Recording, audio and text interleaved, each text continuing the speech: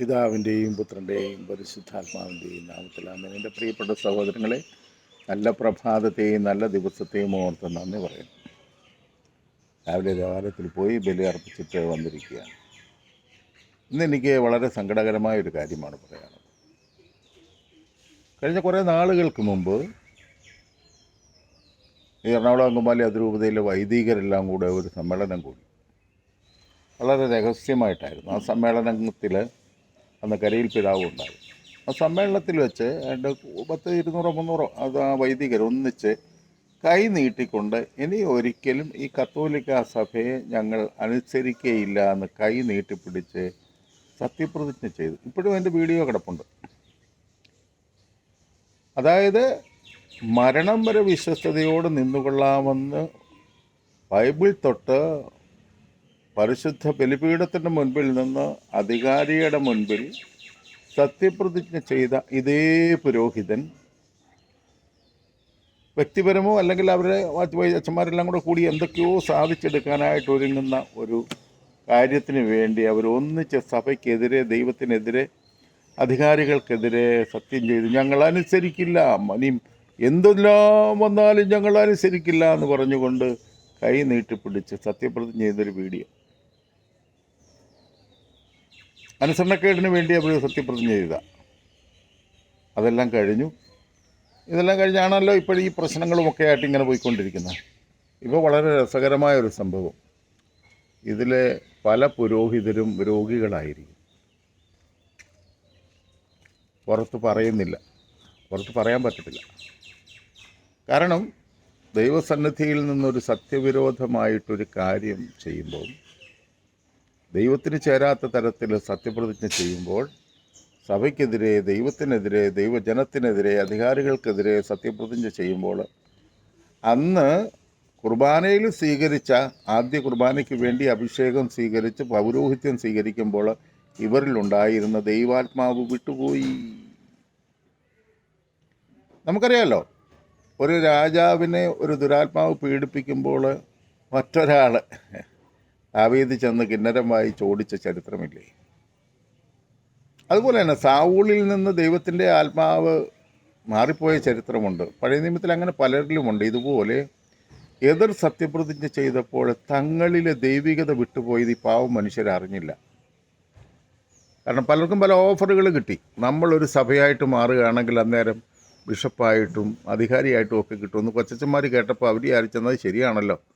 തന്നെയല്ല, തങ്ങളെ പഠിപ്പിച്ച പുരോഹിതനാണ്, വൈദികനാകാൻ പഠിപ്പിച്ച പുരോഹിതനാണ് നേതൃത്വം കൊടുക്കുന്നത്. അപ്പോൾ പിന്നെ കുഴപ്പമില്ലല്ലോ.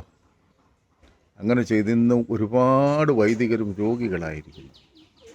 കാരണം ദൈവത്തിനും മനുഷ്യനും സഭയ്ക്കുമെതിരെ സത്യപ്രതിജ്ഞ ചെയ്തുകൊണ്ട് രോഗികളായിരിക്കുന്നു. ഇപ്പോൾ ആരോടും പറയാൻ പറ്റുന്നില്ല. തന്നെയുമല്ല, നിങ്ങൾ ഒരു 3-4 വർഷം മുമ്പുള്ള പുരോഹിതൻ്റെ മുഖവും ഇന്നത്തെ മുഖവും തമ്മിലൊന്ന് നോക്കിക്കേ. അവർ തന്നെയല്ല, ഓരോരുത്തരും അഭിഷേകം സ്വീകരിച്ച, പൗരോഹിത്യം സ്വീകരിച്ച ദിവസത്തിൽ ഉണ്ടായിരുന്ന ഇവരുടെ അഭിഷേകം ഇവരെ കാണാൻ തന്നെ എന്തൊരഴകായിരുന്നു. എന്താണ് അഴക്?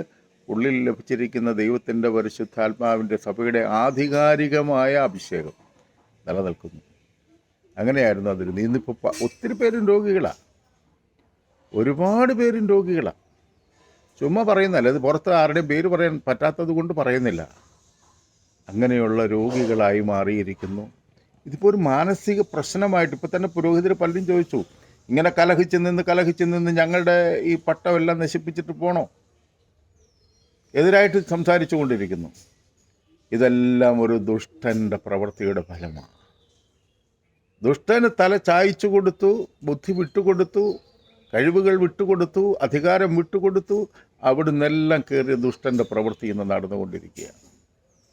എന്നിട്ട് കള്ളുകുടിയനായ മകൻ വന്നിട്ട് അപ്പനെയും കുടുംബത്തെയും വെല്ലുവിളിക്കുന്നത് പോലെ വെളിവുകെട്ടൊരു ജീവിതം ജീവിച്ചുകൊണ്ടിരിക്കുന്ന എൻ്റെ പ്രിയപ്പെട്ട സഹോദരങ്ങളെ, സങ്കടത്തോടെ പറയുക. അറിയാവുന്ന പല വൈദികരും, കാരണം എനിക്ക് ഒരുപാട് വൈദികരോട് ബന്ധമുള്ളൊരു മനുഷ്യനാണ്. ഒരുപാട് ഇടവകകളിലും ധ്യാന കേന്ദ്രങ്ങളിലും ധ്യാന ഗുരുക്കന്മാരുടെയൊക്കെ കൂടെ ശുശ്രൂഷ ചെയ്ത മനുഷ്യനാണ്. അന്ന് അവരടുത്ത് വരുമ്പോൾ എന്തൊരു സന്തോഷമായിരുന്നെന്നറിയാമോ? അവരുടെ സാന്നിധ്യം എന്തൊരു അനുഗ്രഹമായിരുന്നെന്നറിയാമോ? എന്നാണ്ട് കുഞ്ഞുമോനെ, ഒത്തിരി പുരോഹിതർ വന്ന് എന്നെ കെട്ടിപ്പിടിച്ചിട്ടുണ്ട്. ഇന്ന് അവരെന്നാ കെട്ടിപ്പിടിച്ചാലും ഒന്നും കാണാനില്ല. അവരുടെ മുഖത്ത് ദൈവത്തിൻ്റെ ചൈതന്യമില്ല, അവരുടെ വാക്കുകളിൽ അഭിഷേകമില്ല.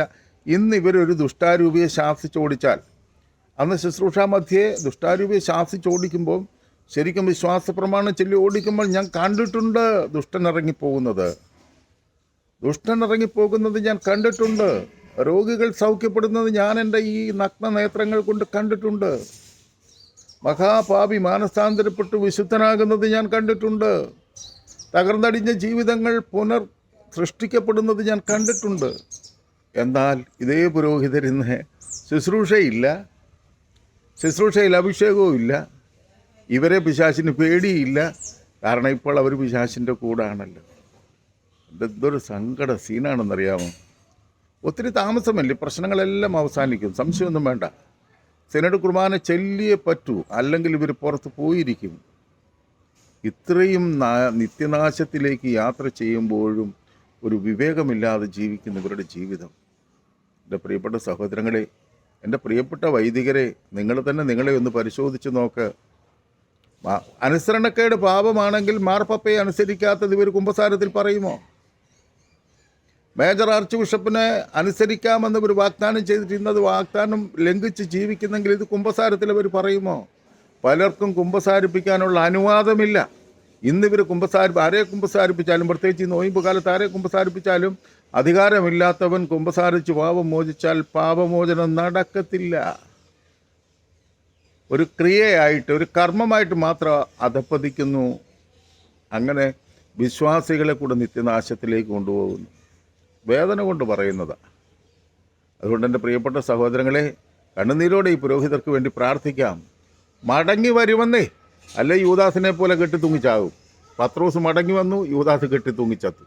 ഇങ്ങനെയൊന്നും സംഭവിക്കാതിരിക്കാൻ വേണ്ടിയാണ് ഈ പ്രാർത്ഥിക്കുന്നതും പറയുന്നതും. ആരോടും പിണക്കൊന്നുമില്ലെന്നേ ഇന്നും ഞാൻ പറയട്ടെ. ഇന്നും പുരോഹിതർക്ക് വേണ്ടി പ്രാർത്ഥിച്ചിട്ടാണ് നടക്കുന്നത്.